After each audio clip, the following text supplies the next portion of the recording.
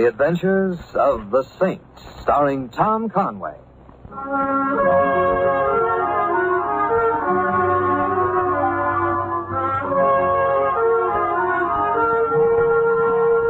The Saint, based on characters created by Leslie Charteris and known to millions from books, magazines, and motion pictures.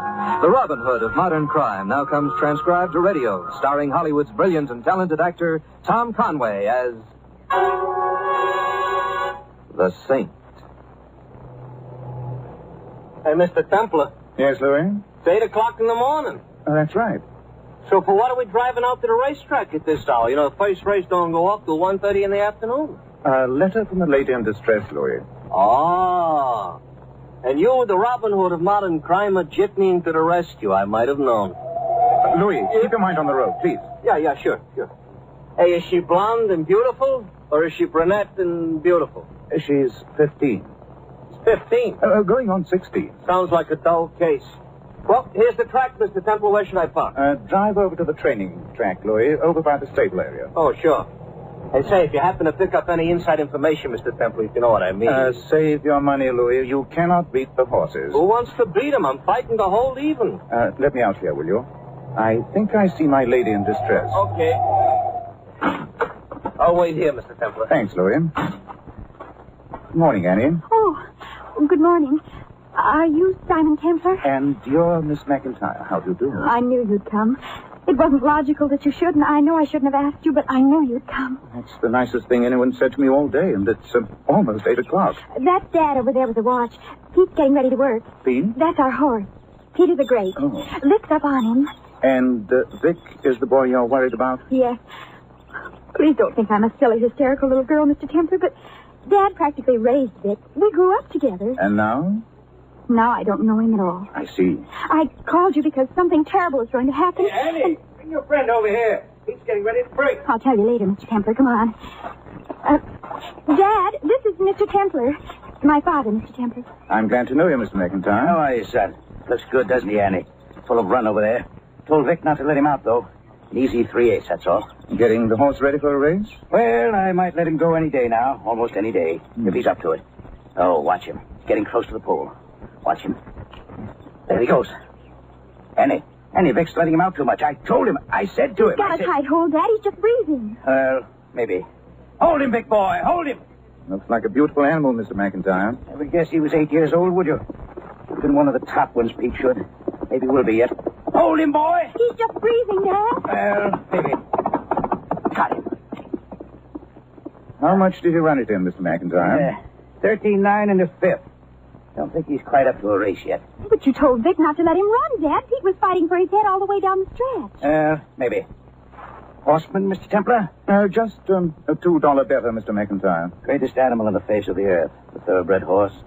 That includes humans, too. More heart, more brains, and much kinder to each other. Yes, you may have a point. Has Peter the Great always been your horse? Bred him, foaled him, raced him, and had him all his life. Outside of a couple of months a while back. If it hadn't been for a little leg trouble, Pete would be up there with the best. Oh, here he comes back. 39 in the fifth, Vic. You could have held him a little harder, though. Oh, Pete, steady, boy. Held him a little harder. I almost pulled both arms off holding him. All right, Vic, all right. Easy, boy. You think Pete's ready for a race, Vic? What's the matter with you, Annie? You getting it, too? You know he's ready for a race. He's been ready for a month. And Dad knows it, too. Well, maybe. We'll see. Steady, Pete. See? What is there to see? The horse is 8 years old. What are you waiting for? A match race with citation? Vic, this is Mr. Templar. He's a friend of mine. And I thought... How are you, Vic? Dad, what is it? Every time I work the horse, it's hold him. Every time I tell you he's ready as he'll ever be, it's maybe. Let's wait and see. Is it me? Are you afraid you won't get an honest ride? Is that it? Vic. Well, is it? You know better than that, son. All right. When are you going to run him then? Well, we'll see how he cools out today. Maybe in a week or 10 days. A week or 10 days? Well, we'll see. Come on, Pete. Come on, boy. Vic, you shouldn't have said that to Dad about an honest ride. That's what he's thinking, isn't it? That's what you're all saying behind my back, isn't it? And what's Mr. Templar here for, to spy on me? Vic. Well, I'll save you the trouble, Mr. Templar. Right now, I'm going to get some sleep. After which I get up, eat some crumbs that pass for a meal, get in a sweat box for as long as I can stand without it killing me, ride 5 races this afternoon, and after that, I've got a date. Thanks for your assistance, Vic. Don't mention it. See you later. Vic, are you seeing her again? Annie, you're a nice kid, but that's all you are. Just a kid. And who I see has got nothing to do with you. Understand? Yes, Vic, I understand. Goodbye. Annie. Don't worry, Mr. Templar, I won't cry. I haven't cried since I was 6 years old. But, Mr. Templar, don't let him make Vic... Throw a race? He wouldn't do anything dishonest. I know he wouldn't. You love him very much, don't you? I believe in him with all my heart.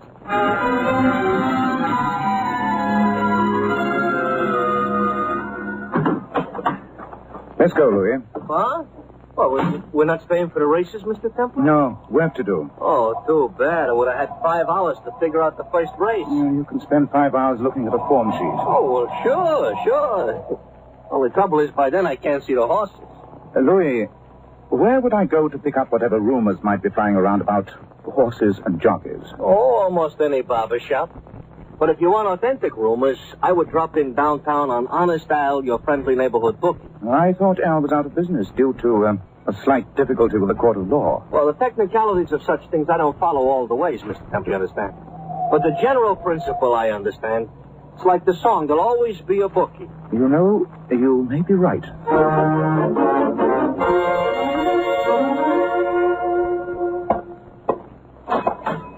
Hello, Al.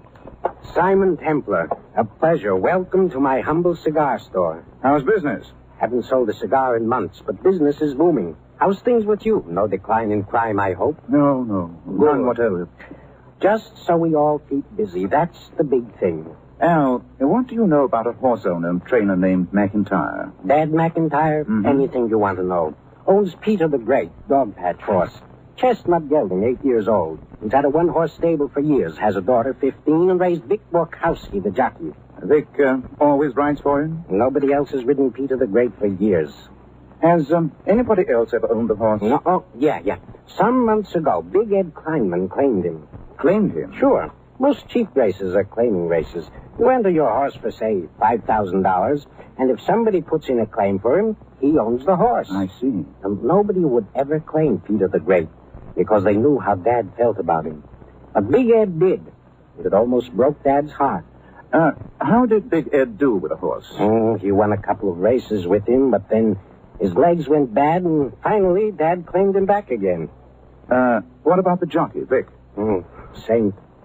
All sorts of rumors float around about jockeys. All the time, all sorts of rumors. That's all you can tell me, Al? Well, if a real big bet came in against the horse that Vic was riding, and Vic was on the favorite, I might be tempted to lay off the bet somewhere else. Nothing personal, just business. I see. You don't know any particular girl who Vic has been seeing, do you? Sure I do. Jocks live in a goldfish bowl. If one of them scratches his head with his left hand, 50 horse players spend the whole night trying to figure out what it means. The girl? A big blonde named Crystal Winters. Showgirl. Used to go with Ed Kleinman. She hangs out at the bandbox. Thanks, Al. I'll be a character witness for you someday. That's a deal. I hope you get him straightened out. Get who straightened out? The kid, Vic. He used to be a nice guy. Maybe he still is. Dad's a nice guy, too. And I always liked Annie. I even liked the horse. Hell, awful, isn't it? Don't let this get out, Saint. It would ruin me in the profession.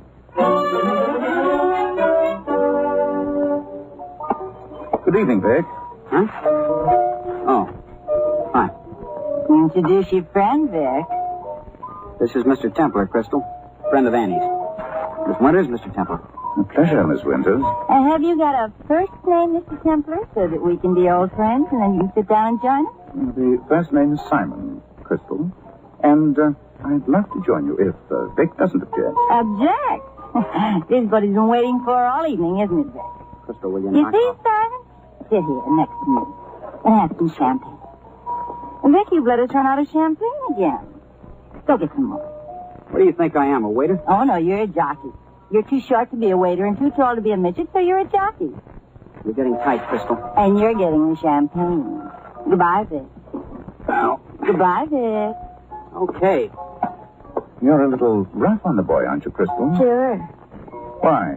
Well, I could say it was to drive him away because I'm bad for him, but I'd be lying. If I wanted to drive him away, I'd have to be a lot rougher than that. I can see why. Thank you, Simon, but you can't. Little jockeys just happen to like big, expensive blondes. I found that out at an early age, which was quite some time ago. And do you like little jockeys? You're becoming very personal, Simon. I don't quite know what I like. I have to think about it. And I'm a slow thinker. Do you like Big Ed Kleinman? Why don't you ask him? He's standing right behind you. Oh. Who's your friend, Crystal? Mr. Templar, Mr. Kleinman. Mr. Kleinman, Mr. Templar. Mr. Templar? Shut up, Crystal. You a friend of Vic's, Templar? Well, you might say that Vic I'm... hates him. Uh-huh. Just put me down as a patron of racing, Mr. Kleinman. I'm interested in improving the breed. Yeah. I watched you move in on Vic, Templar. He's not big enough to object, but I am. He didn't move in on Vic. Shut up, Crystal.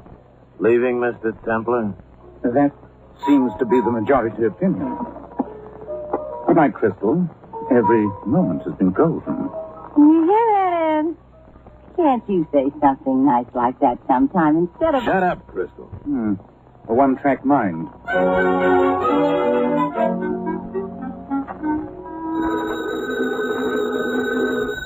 Oh. Hello, what is it? Mr. Templar? Who's this? Anne McIntyre, Mr. Templar. I'm terribly sorry to bother you, but... What's wrong, Annie? It's Dad. I can't find him. He never stays out this late, Mr. Templar. He's always out at the track early in the morning. What time is it? 4 a.m. I didn't want to wake you, but I've been sitting here all by myself wondering... Stay right there, Annie. Most likely your dad will show up before I get there. But I'll be right out. Thank you, Mr. Templar. Thank you. You don't think anything has happened to him? No, Annie, I'll be right there. Mr. Templar, he never did anything like this before. Easy, Anne. When did he leave here, do you know? I was here. It was around 9. Dad left to walk over to Pete's stall. He always does that just before he goes to bed. And then he just didn't come back. Did you look for him? Yes, I went over to the stables. I didn't see him in Pete's stall, and I asked a few people, but none of them had seen him. I came back here. He was always in bed by 10, Mr. Templar, every night of his life. All right, Annie, we'll find him. Did you call Vic? He's living at a hotel. He just moved from living with us a month ago. I called him. Is he in? No. All right. Don't worry, Annie. We'll find your dad. Let's go over to the stables. All right, but I looked there. Well, we'd better cover them again. What is it? Somebody coming. Dad? Oh, Annie. What are you doing out this late? And Templar? Hello, Al. Seen anything of Annie's dad? No. Just came from a poker game with some of the boys, but we didn't see him. Well, you know he never stayed out this late, Al, never. Sure, Annie, sure. You've been down to Pete's stall? Annie looked there earlier. But we might check again. It's right over here. Easy, boy, easy. Dad? He's not here, Mr. Templar. I'll go in just to make sure. Wait here, Annie. I'll come with you.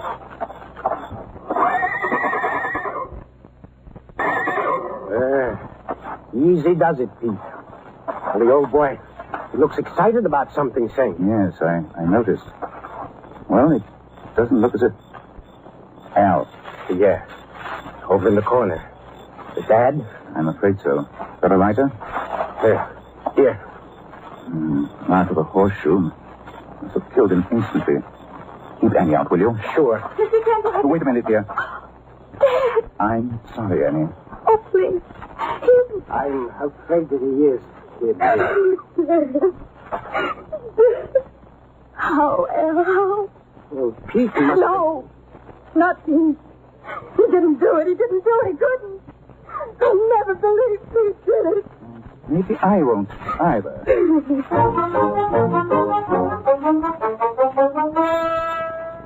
Annie, I want to help you make some plans. Plans, Mr. Templar? What's there for me to do? Just keep on going to school. I've got another year and keep on living here. I guess you'll keep on living at your hotel, Vic? I think that's best, Annie. Of course. You're right. What about Peter the Great? Pete? Yes. I know Vic thinks Dad didn't race him because he didn't trust Vic to ride him. But I don't believe that. So I've entered Peter the Great in the 6th race tomorrow. Will you ride him, Dick? You trust me to give you an honest ride, Annie? I trust you, Dick. Oh, thanks, kid. Thanks. I'll ride him. I'll ride him for you.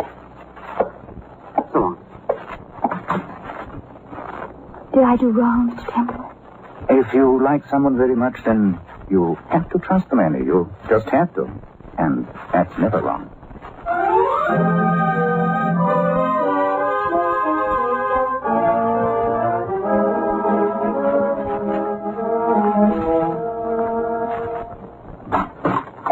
Hello, Al. Well, hello, Mr. Templar. Here to place a little wager on Peter the Great for tomorrow? Word gets around fast. It's a scientific pastime, Mr. Templar. The players have to study out things well in advance. Helps them to lose their money. Had any action yet on the race? Definitely. Mr. Big Ed Kleinman placed a very substantial sum on 2 other horses in the race, which I promptly laid off with a connection I got out of town. He's pretty sure Peter won't win. He must know something. If he doesn't, he stands to go broke. He's sticking the consensus. He'll go off maybe even money. Well, what could Big Ed know, Al? Well, what's there to know? You can't very well dope a horse these days. So what does that leave? The man on the horse's back. The monkey on the stick. You know the saying, Saint, never bet on anything with 2 legs. That's a bitter comment on the human race, Al. All I know is it's very hard to find a dishonest horse. Well, Big Ed isn't throwing money around just on speculation, I suppose. It's the size. The what? The size of the jocks. They're 5-foot men in the 6-foot world. They never get to eat a decent meal. They can't take a drink. Everybody else is trying to get big and strong, and the worst thing that can happen to them is they grow up to be normal. So if their ethics are not all they might be, well, it's that's understandable. a very good word. You don't think Vic Borkowski will give Annie an honest ride tomorrow? I'll tell you better this time tomorrow. How are you betting? I'm not a bettor, Al. I'm only interested in improving the breed. Hey, who do you like in the 6th, Mr. Templar? Peter the Great, Louis. Well, you liked him at even money? I'll tell you after the race. After the race. Thanks very much, yeah. Oh, sorry, Louis. It's just that I almost wish the race wasn't going to be run. I have a feeling something tragic is about to happen, and I don't know what I can do to stop it. You know, I get that feeling every time I go to the window to bet a horse. A girl's life can be shattered at 15 and never quite be the same. Well, you know, that's what they call a vulnerable age. Oh, here we are. You got any plan in mind, Mr. Templar? I'm afraid it's too late to do much, Louis. Even if there was anything to be done. But just on a chance, I'm going to check the clubhouse bar. Hey, you don't think you'll find your friend Annie in the bar? Maybe another friend, Louis.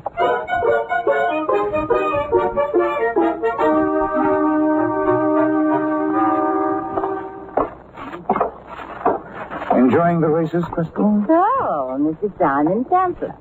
Sit down, Mr. Simon Templar. Winning or losing? It's a system. You divide the number of highballs you've had by 5. Add 3, and that's your horse. Never fails.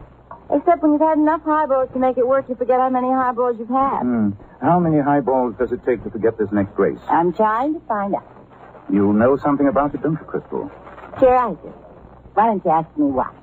I'll ask you. And I won't tell you. Were you ever 15, Crystal? Was I ever 15? Did you ever believe in someone so hard it hurt? And have him take your belief and throw it away? You're talking about the kid, Annie and her jockey. Yes. What's going to happen, Crystal? You know. Tell me. That's the funny part. I don't. Nobody does. Now, what's that supposed to mean? Either Vic throws the race or he doesn't. What else is there? Either Annie gets her heart broken or she doesn't. If it's an honest race, Pete should win easily. All right, Boy Scout. I'll take it. Why? Don't ask me why. Maybe she can have... Crystal, there isn't much time. Tell me. You've got to tell me. All right. There's nothing you can do anyway. You know my boyfriend at Kleinman? Huh? Know how many kinds of a louse he is? He wouldn't bet on this race only because I was supposed to persuade poor little Vic to lose. He couldn't trust either of us that far. He's got another gimmick. What? You know, he owned Peter the Great a few months back. Yes, I know. Claimed him from Dad McIntyre. Well, poor old Pete broke down. So Ed nerved him. He what? He nerved him. Took out the nerve in his sore leg so he couldn't feel anything when he ran. Nothing. Oh, what happens to the horse? Nothing. For a while. Ed won another race with him, then he let Dad claim him back. After a while, the leg begins to die. And sooner or later, if you run the horse, one leg will cross in front of the other in a race. Well, what happens to the jockey? I don't know. If he's not trying to win, the horse might not even fall. But he's out front with the whole pack behind him. Great dandy. Does Vic know about the horse's leg? Nobody knows. Except me and Big Ed and now you. But Dad knew, didn't he? That's why he wouldn't run the horse. Kept telling Vic to hold him back, even in a workout. Must have been nice for him knowing Pete had to die. Money, money, money, money. The horses are nearing the starting gate. Horses are nearing the starting gate. And you can't do anything about it. Too late. Much too late. Crystal, what happened the night Dad was killed? I told you enough. I told you too much. Did he come to the club that night looking for Kleinman? Did he?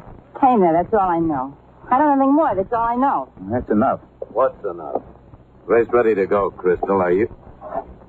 So you've been talking. Ed, I didn't say anything about that. Honest, I didn't. Shut up. Too late, Kleinman. Way too late. Hey, Mr. Templar, don't you want to see the race? They're in the gate. Just a minute, Louis. What? I want you to hear this. Kleinman, What? anyone that would kill a horse would have to figure on killing the horse's owner, too. Or get killed himself. McIntyre got kicked by his own horse. Everybody knows that. You expected Dad to show up when he found out you nerved his horse, and you were ready for him. I never saw him. He already knows you. Shut up, Crystal. An old trick, Kleinman. Tie a horseshoe on a baseball bat makes it look like a man's been kicked by a horse, doesn't it? Must have been quite a job getting Dad back to the stables. But then, you're a big man. Such a big man. Listen, Templar, this doesn't add up to anything. But you're just trying to make trouble for me. You know, if it's just a question of money, Money, you know... money. Don't you know, honey? You haven't got that much money. You shut up. You know, Kleinman, I'm getting a little tired listening to you say shut up. Go for the track police, Louis, will you? Oh, a pleasure, Mr. Templar. Wait a minute. That gun must be very heavy. I'd like to use it on all of you. But there isn't time, is there? Just stay where you are. I'm getting out of here. Hey, you want us to try and catch you, Mr. Templar? No, he won't go far. Get the track police after him, Louis. I've got to find Annie.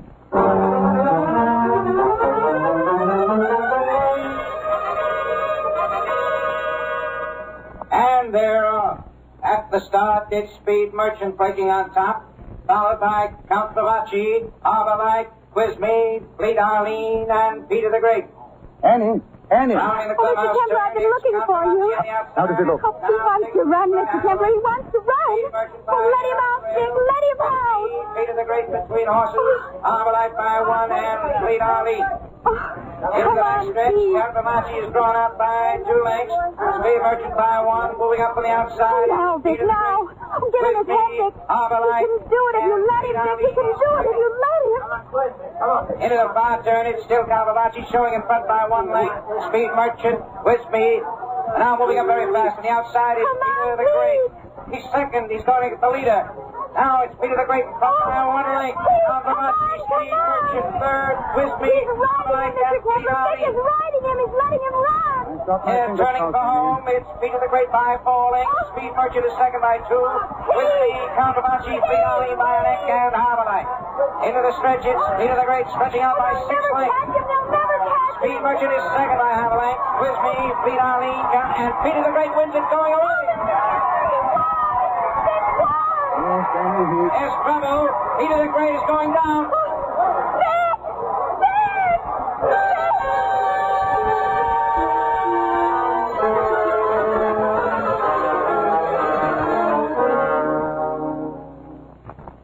Mr. Templar? He's going to be all right, Annie. Oh. He was thrown clear. Well, I guess I'd better be going. Wait a minute, Annie. He wants to see you. He does? As a matter of fact, he was very emphatic about it.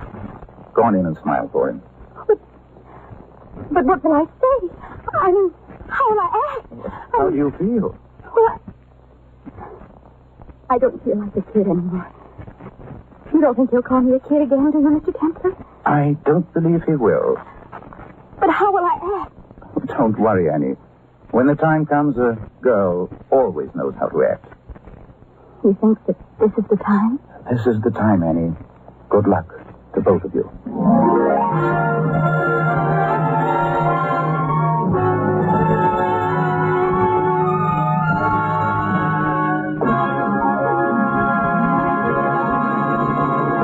You have been listening to another transcribed adventure of the Saint.